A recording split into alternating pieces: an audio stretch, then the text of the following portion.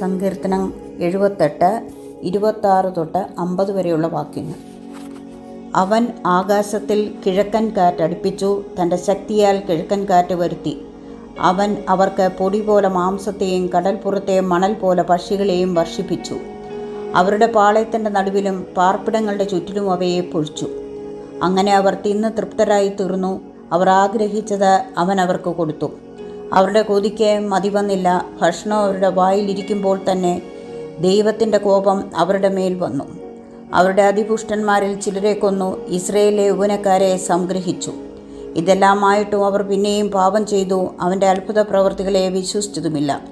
അതുകൊണ്ട് അവൻ അവരുടെ നാളുകളെ ശ്വാസം പോലെയും അവരുടെ സംവത്സരങ്ങളെ അതിവേഗത്തിലും കഴിയുമാറാക്കി. അവൻ അവരെ കൊല്ലുമ്പോൾ അവർ അവനെ അന്വേഷിക്കും. അവർ തിരിഞ്ഞ ജാഗ്രതയോടെ ദൈവത്തെ തിരയും.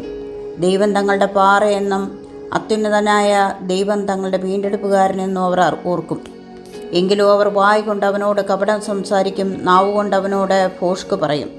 അവരുടെ ഹൃദയം അവങ്കൽ സ്ഥിരമായിരുന്നില്ല, അവൻ്റെ നിയമത്തോട് അവർ വിശ്വസ്തത കാണിച്ചതുമില്ല. എങ്കിലും അവൻ കരുണയുള്ളവനാകൊണ്ട് അവരെ നശിപ്പിക്കാതെ അവരുടെ അകൃത്യം ക്ഷമിച്ചും തൻ്റെ ക്രോധത്തെ മുഴുവനും ജ്വലിപ്പിക്കാതെ തൻ്റെ കോപത്തെ പലപ്പോഴും അടക്കിക്കളഞ്ഞു. അവർ ജഡമത്രേ, എന്നും മടങ്ങി വരാതെ കടന്നു പോകുന്ന കാറ്റെന്നും അവർ ഓർത്തു. മരുഭൂമിയിൽ അവർ എത്ര പ്രാവശ്യം അവനോട് മത്സരിച്ചു, ശൂന്യപ്രദേശത്ത് എത്ര പ്രാവശ്യം അവനെ ദുഃഖിപ്പിച്ചു. അവർ പിന്നെയും പിന്നെയും ദൈവത്തെ പരീക്ഷിച്ചു, ഇസ്രയേലിൻ്റെ പരിശുദ്ധനെ മോഷിപ്പിച്ചു. മിസ്രയീമിൽ അടയാളങ്ങളെയും സോവാൻ വയലിൽ അത്ഭുതങ്ങളെയും ചെയ്ത അവൻ്റെ കൈയും അവൻ ശത്രുവിൻ വശത്ത് നിന്ന് അവരെ വിടുവിച്ച ദിവസവും അവർ ഓർത്തില്ല. അവൻ അവരുടെ നദികളെയും തോടുകളെയും അവർക്ക് കുടിപ്പാൻ വഹിയാതെ വണ്ണം രക്തമാക്കി തീർത്തു. അവൻ അവരുടെ ഇടയിൽ ഈച്ചയെ അയച്ചു, അവ അവരെ അരിഞ്ഞു കളഞ്ഞു. തവളയെയും അയച്ചു, അവ അവർക്ക് നാശം ചെയ്തു. അവരുടെ വിള അവൻ തുള്ളനും അവരുടെ പ്രയത്നം വെട്ടുക്കിളിക്കും കൊടുത്തു.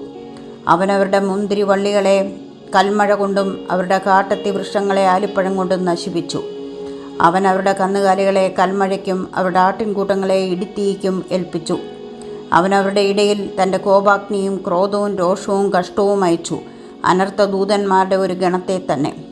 അവൻ തൻ്റെ കോപത്തിനൊരു പാത ഒരുക്കി അവരുടെ പ്രാണനെ മരണത്തിൽ നിന്ന് വിടുവിക്കാതെ അവരുടെ ജീവനെ മഹാമാരിക്ക് ഏൽപ്പിച്ചു കളഞ്ഞു.